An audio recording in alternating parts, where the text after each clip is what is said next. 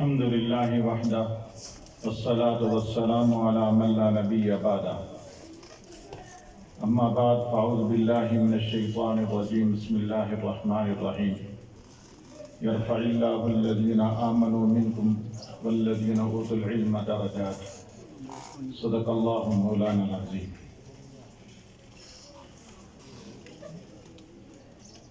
مہمانان گرامی، میرے عزیز طلبہ، اس خوبصورت بزم کے انعقاد پر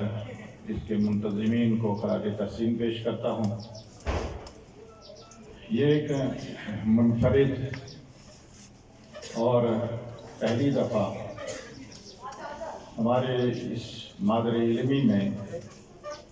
اس طرح کے پروگرام کا انعقاد کیا گیا ہے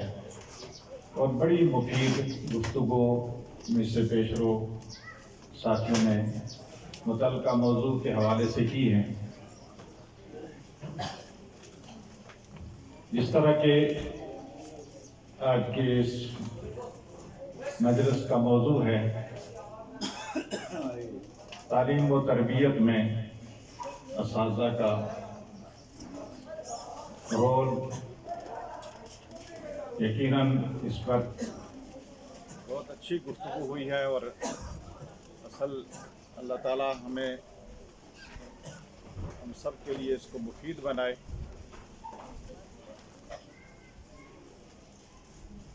جن اساتذہ کا یہاں پر تذکرہ ہوا یقیناً وہ ہمارے اس علاقے کے محسن، ان کی یادیں، جنہوں نے ہماری نسل نو کی تربیت کی، تعلیم دی، ہم ان کو یاد رکھیں گے، ان کے لیے دعا گو ہوں گے، اور کسی محسن کا یہ حق ہوتا ہے بعد میں رہنے والوں کے اوپر کہ اس کو یاد بھی رکھیں اور ان کا جو مشن تھا، ان کا جو کاز تھا، اس کو بھی وہ آگے بڑھائیں۔ ہماری یہ خوش قسمتی رہی کہ ہمارے یہ اساتذہ جو اسی علاقے سے تعلق رکھتے تھے اور پھر ان کو یہ موقع ملا کہ وہ اسی علاقے کے اندر اپنی تعلیم، اپنی تدریس کو انہوں نے جاری کیا، جس سے ہمارے بچوں نے فائدہ اٹھایا۔ یہ اپنے وقت کے ذی علم لوگ تھے، صاحب استعداد لوگ تھے اور اپنی اپنی جگہ پر ایک علم کے پہاڑ تھے۔ مولانا نیاز صاحب، جن لوگوں نے ان سے پڑھا ہے وہ ان کو خوب جانتے ہیں، لیکن میں نے ان سے پڑھا تو نہیں، لیکن میں نے ان سے استفادہ ضرور کیا۔ وہ یہاں پر پڑھاتے رہے، اس کے ساتھ وہ یہاں کے خطیب بھی رہے،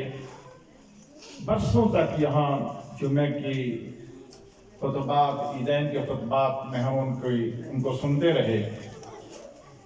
کئی دفعہ انہوں نے اپنے تعلیمی اسفار اور اپنے اساتذہ کا تذکرہ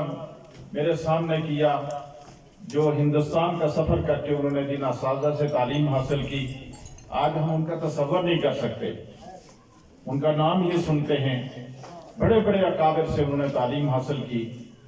اگر وہ اپنی تعلیم کو صرف اسکول تک محدود نہ کرتے تو میں سمجھتا ہوں کہ کسی اور میدان علم کے اندر ہوتے تو کئی کتابوں کے وہ مصنف ہوتے اور اللہ تعالیٰ ان سے بہت زیادہ علمی کام لیتا۔ اسی طرح ہمارے مولانا خلیل صاحب، جن کے لیے مولانا یوسف صاحب رحمۃ اللہ علیہ فرمایا کرتے تھے کہ اس کو اللہ نے بہت بڑا علم دیا ہے۔ اور پھر ہمارے محترم مرحوم یاسین صاحب،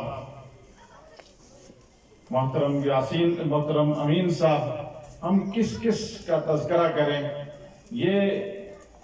علم کے پہاڑ تھے، اللہ نے ان کو بڑی صلاحیت دی تھی۔ اللہ تعالیٰ ان کی قبور کو منور کرے۔ ہم ان کے لیے آخرت کے درجات کی بلندی کے لیے دعا گو ہیں، اور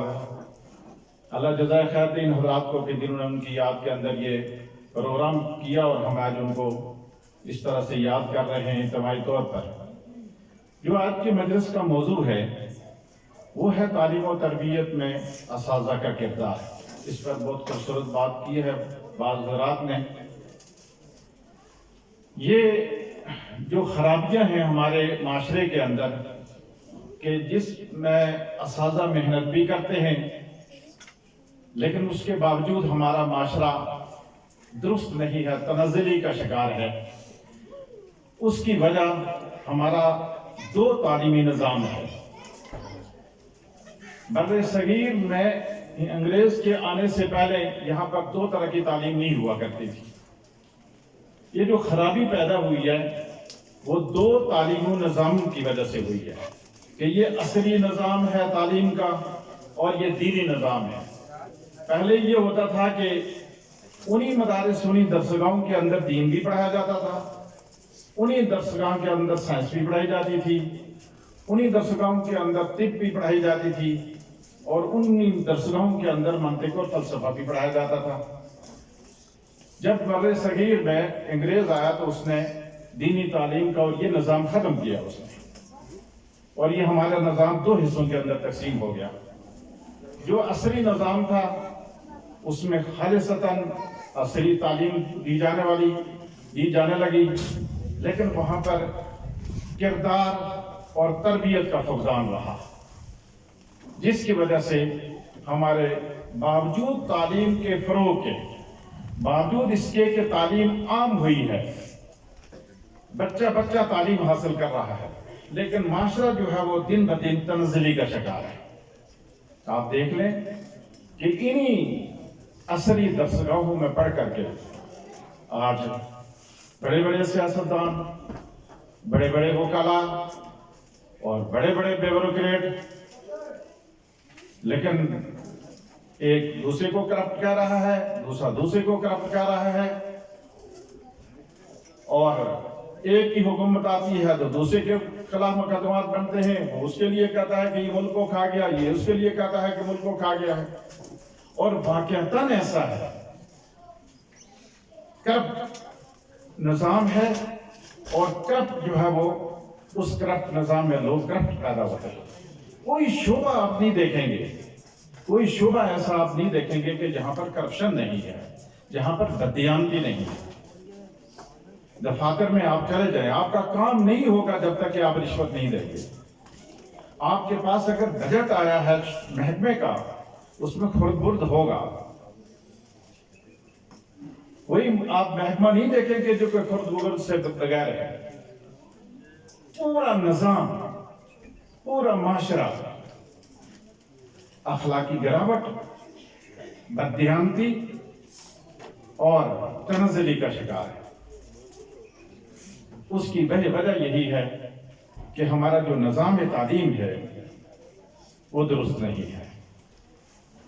ماشاءاللہ میں کلیاتاً نہیں کہوں گا، بہت سے لوگ بہت اچھے پیدا ہوئے ہیں اس کے اندر بہت سے لوگ جو ہے وہ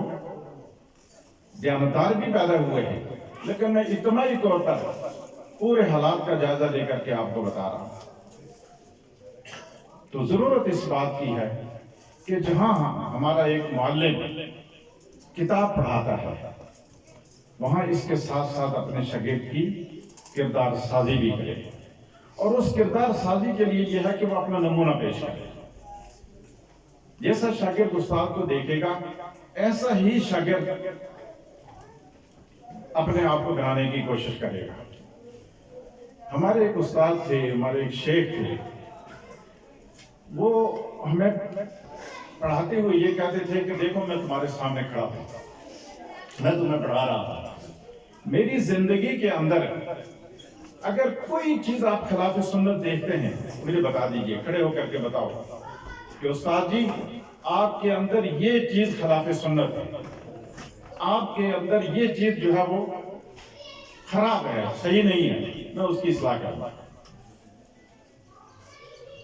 اور کھلی عام دعوت دیتے تھے کہ میں پڑھا رہا ہوں، مجھے بتاؤ کہ میرے اندر کون سی کمزوری ہے۔ اگر یوں استاد اپنے شاگردوں کے سامنے اپنی زندگی کا نمونہ پیش کرے گا تو یقیناً وہ عکس ہوگا، وہ کرتب ہوگا، اس شاگرد کے لیے نمونہ زندگی ہوگا۔ مجھے بہت اچھی بات لگی ہے غالباً سجاد صاحب نے کی، کس نے کی، کہ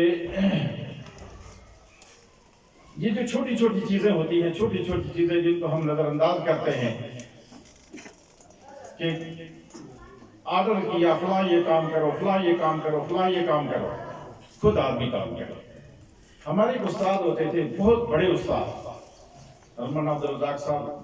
ان کو جانتے ہیں، ڈاکٹر شیر علی صاحب، مدینہ یونیورسٹی میں 15 سال انہوں نے پڑھا ہے، 5 سے ڈاکٹریٹ انہوں نے حاصل کی، عربی، انگلش، اردو اور کئی زبانوں کے وہ ماہر تھے، اور وقت کے وہ شیخ الحدیث تھے۔ ہم ایک دفعہ ایک مجلس کے اندر ان کے ساتھ بیٹھے ہوئے تھے، ایک کمرے کے اندر، اس کمرے کے اندر ایک گھڑا پانی کا پڑا ہوا تھا، ان کو پیاس لگی، وہ پوری مجلس کے اندر، جس مجلس میں ان کے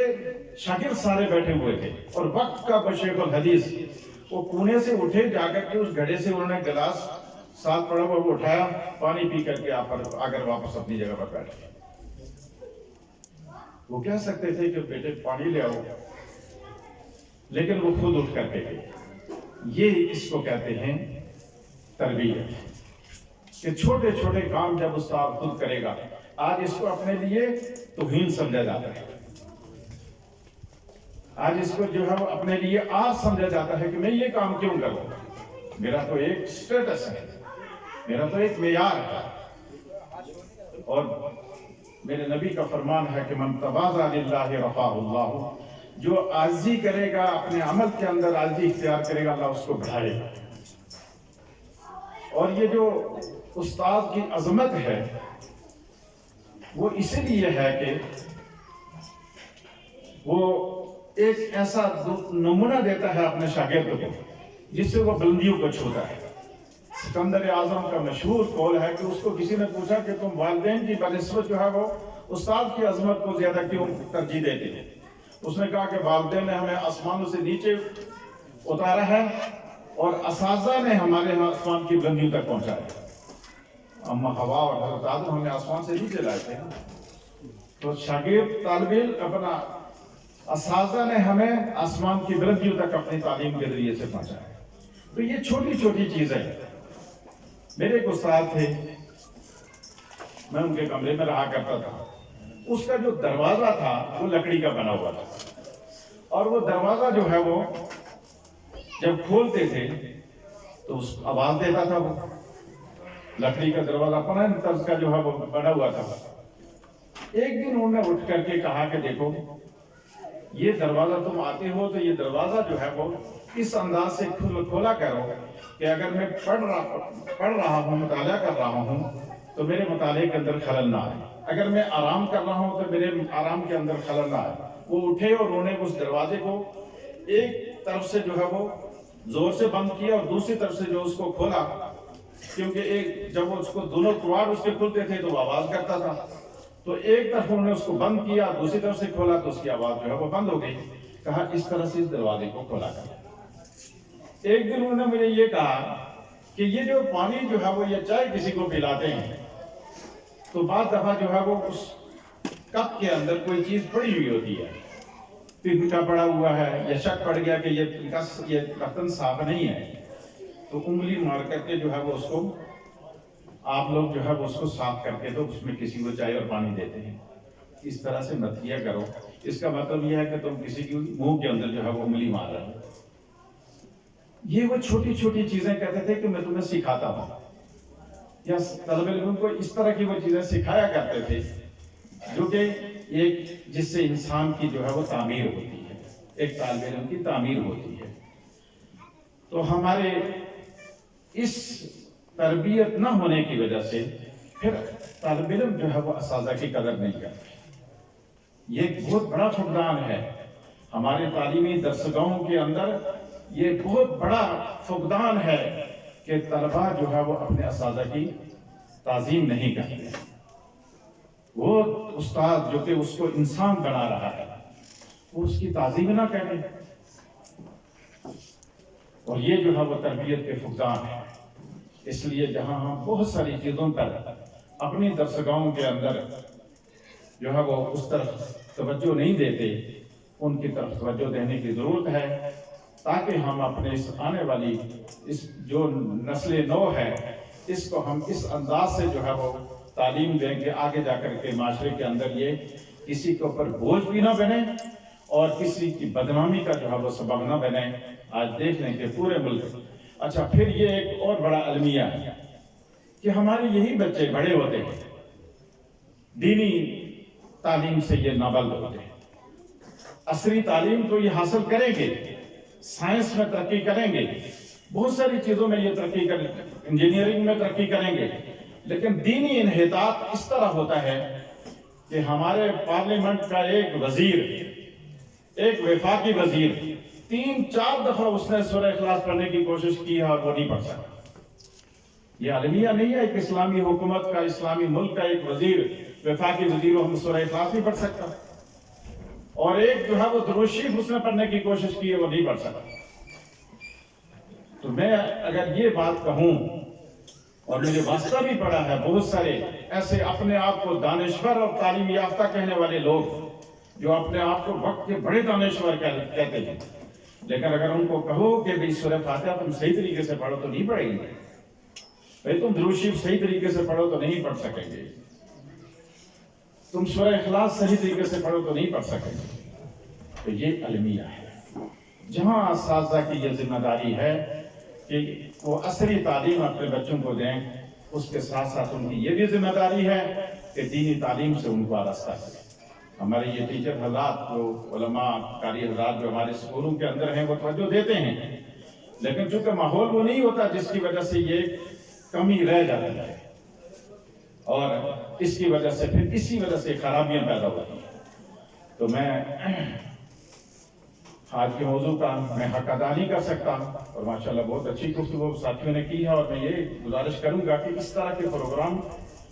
ہونے چاہیے جس سے یقیناً مختلف حضرات آ کر کے اس موضوع پر گفتگو کریں، اور اس سے جو ہے وہ یقیناً ہمارے بچوں کو بھی فائدہ ہوگا، اساتذہ کو بھی فائدہ ہوگا۔ اللہ تعالیٰ اس ادارے کو ترقی دے۔ ہمارا جو ہے وہ یہ مادری علمی ہے، ہم نے یہیں پر پڑھا ہے۔ محترم یونس صاحب رحمۃ اللہ علیہ ان کی قبر کو منور کرے، ہم سے چل کر کے وقت پر یہاں پر آتے تھے، اور مجھے آج تک ان کا وہی جملہ یاد ہے۔ گھڑیوں کا اتنا رواج نہیں ہوتا تھا، تو اگر کوئی بچہ دیر سے آئے تو اس کا کان پکڑ کر کے سورج کی طرف کہتے تھے، دیکھو سورج کتنا اوپر آ گیا ہے، تم دیر سے آئے ہو۔ وہ وقت سے پہلے جو ہے وہ یہاں پر پہنچتے تھے۔ 5 کلاسیں وہ پڑھاتے تھے اکیلے، اور جہاں وہ پڑھاتے تھے وہاں ساتھ ساتھ جو ہے وہ ساری تربیت بھی ساتھ ساتھ کرتے تھے، اس لیے کہ ان کا جو گھرانہ جو ہے وہ ایک علمی گھرانہ تھا۔ مولانا نذیر احمد صاحب رحمۃ اللہ علیہ کے وہ بھتیجے تھے، ان کے والد تھے محمد اکبر صاحب، وہ بھی جو ہے وہ اسکول میں پڑھاتے رہے، ہمارے بزرگوں نے انہی سے پڑھا ہے۔ تو وہ جہاں پر تعلیم دیتے تھے وہاں ساتھ ساتھ جو ہے وہ اس کی تربیت بھی دیتے تھے، اور بہت سارے ہمارے یہاں پر بیٹھے ہوئے میرے ہم عمر تقریباً انہی کے جو ہے وہ شاگرد ہیں۔ اللہ تعالیٰ ان سب اساتذہ کی قبور کو منور فرمائے، اور ان کا خیال جو ہے وہ اسی طرح سے جاری رہے۔ وآخر دعوانا الحمدللہ رب العالمین۔